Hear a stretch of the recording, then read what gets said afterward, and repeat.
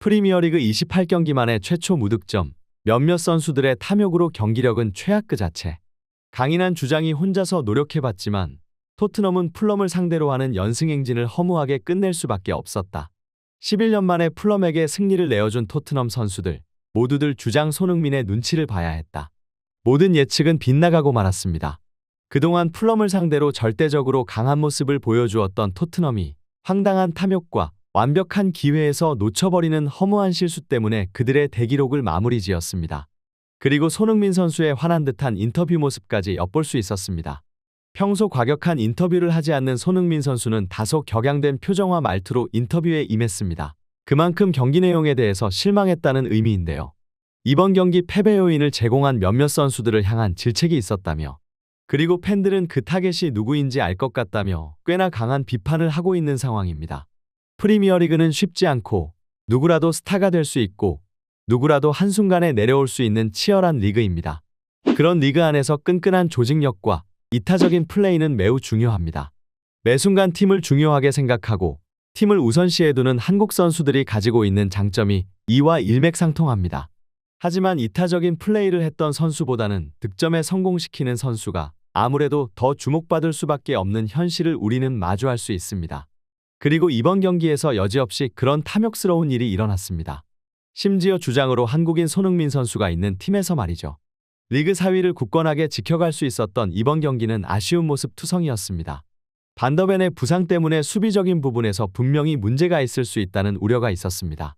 물론 수비 측에서 기존보다 부실했던 전술적 움직임이 많은 실점을 내주는 요인이 되기는 했지만 무엇보다도 선제골이라는 기선제압을 통해서 상대방의 의지를 단번에 꺾어버릴 수 있는 기회에서 한 선수의 욕심 때문에 그런 기회를 모두 날려버렸습니다. 토트넘은 초반 풀럼에게 결정적인 기회를 내어주기도 했습니다.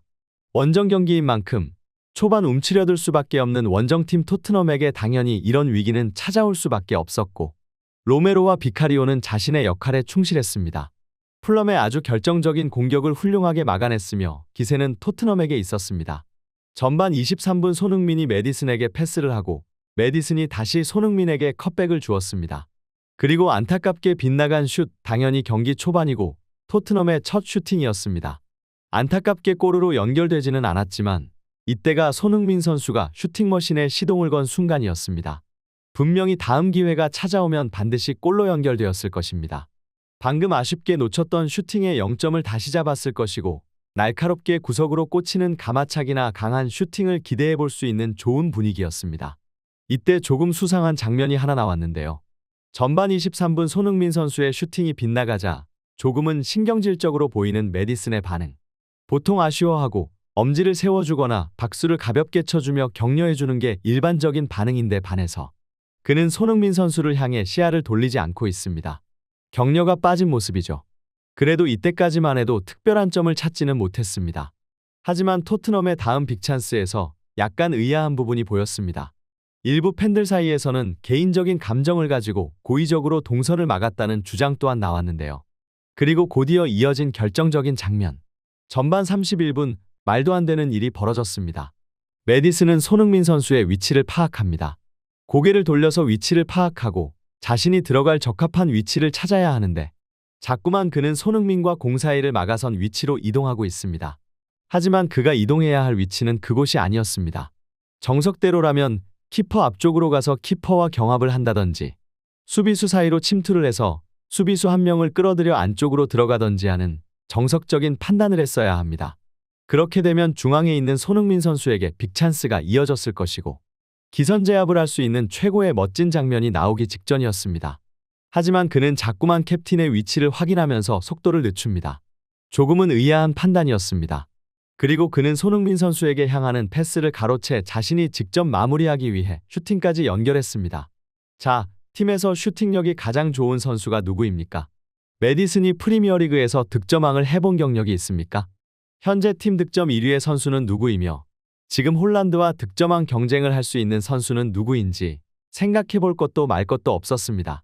토트넘의 패배 요인은 물론 이것 하나가 아닙니다.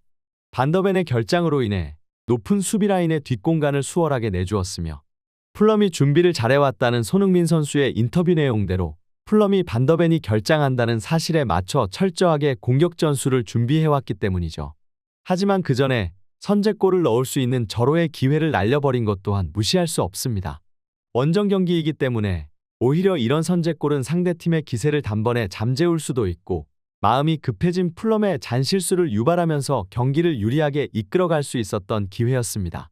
프리미어리그의 팀들은 모두 강하지만 리그 13위 팀 풀럼은 그런 심리전에 약한 팀이고 그렇기 때문에 리그 13위 수준을 유지하는 팀입니다.